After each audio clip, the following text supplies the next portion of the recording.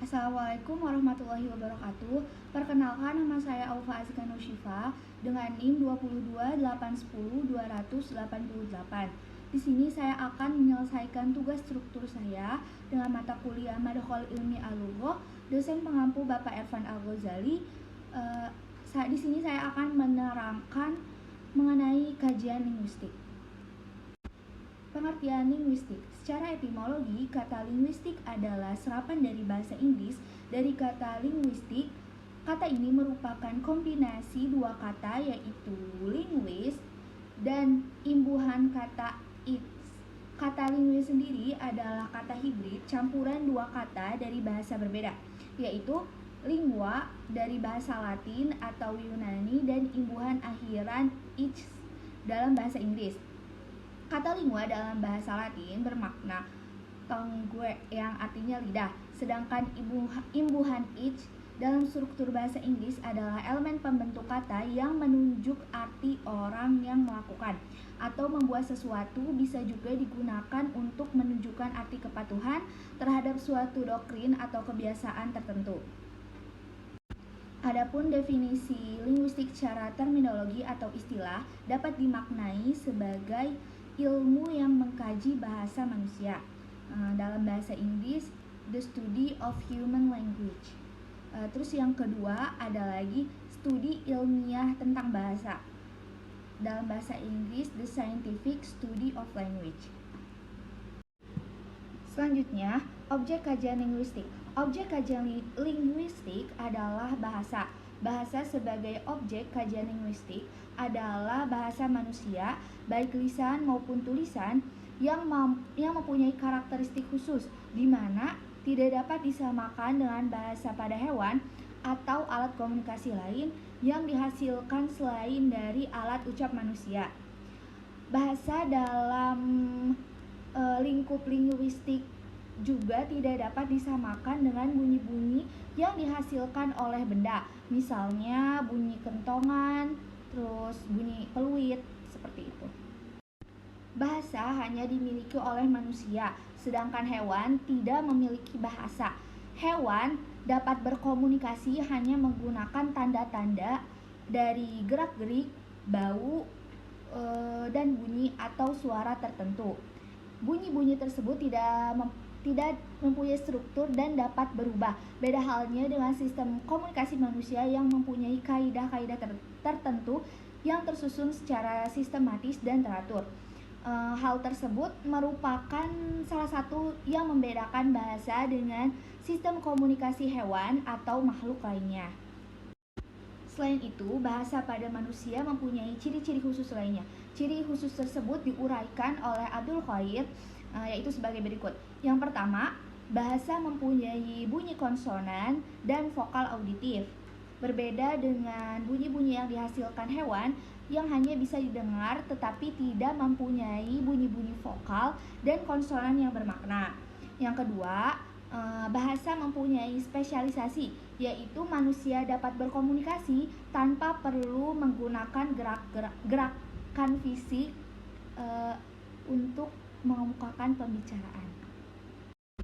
Yang ketiga, bunyi-bunyi bahasa mempunyai makna dan mengacu pada objek tertentu.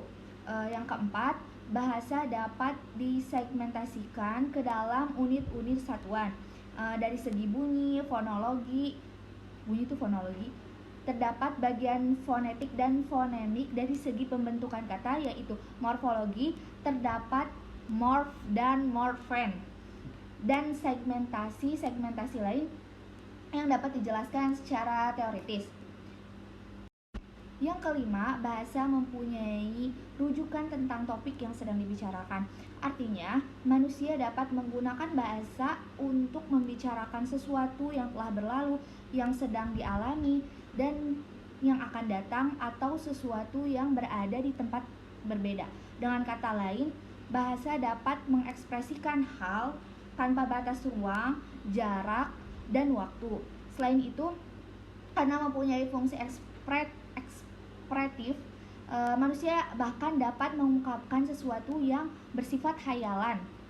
Dan yang keenam, bahasa dapat dipelajari karena bersifat sistematis berkaidah, dan teratur. Hal tersebut memungkinkan semua bahasa manusia di dunia dapat dipelajari dan dilafalkan. Seperti itu. Yang ketujuh, bahasa dapat digunakan untuk menjelaskan bahasa. Artinya, manusia dapat belajar bahasa menggunakan bahasa lagi sebagai medium penyampaian penjelasan dalam pembelajaran. Beda halnya dengan komunikasi hewan yang tidak bisa menjelaskan bunyi-bunyi yang dihasilkan oleh hewan itu sendiri. Dengan demikian, hanya manusia yang mempunyai bahasa, sedangkan hewan tidak. Hewan hanya mempunyai sistem komunikasi lewat tanda-tanda. Tanda-tanda tersebut dapat berupa bunyi seperti gonggongan anjing saat menandakan bahaya. Terus seperti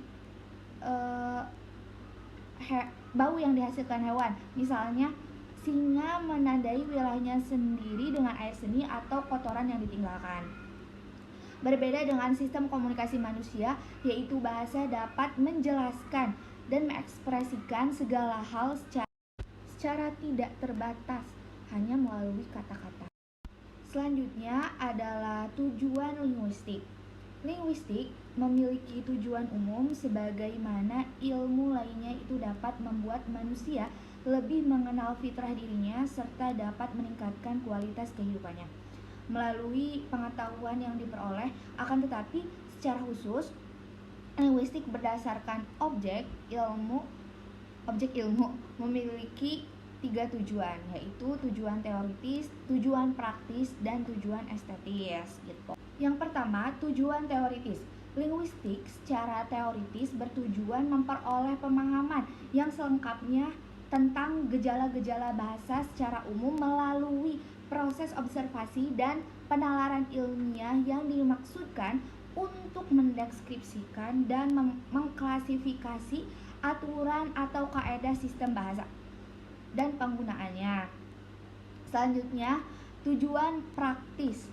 Secara praktik, kebahasaan linguistik bertujuan untuk membantu cara berkomunikasi yang baik menggunakan tuturan dan tulisan melalui pemilihan kata yang tepat berdasarkan konteks, budaya, psikologis, masyarakat, dan karakter tuna ucara. Selanjutnya yang ketiga ada tujuan estetis. Linguistik bertujuan memahami keindahan bahasa dan penggunaannya dengan tujuan estetik. Bahasa dikemas dengan gaya tertentu dan diungkapkan baik lisan maupun tulisan. Teks-teks dengan orientasi estetika dapat dengan mudah ditemukan dalam puisi, novel, pantun, dan jenis karya sastra lainnya. Oke, mungkin cukup sekian yang dapat saya sampaikan. Mohon maaf apabila banyak kekurangan dan kesalahan. Ayo ting-ting makan kepiting. Thank you for watching. Wassalamualaikum warahmatullahi wabarakatuh.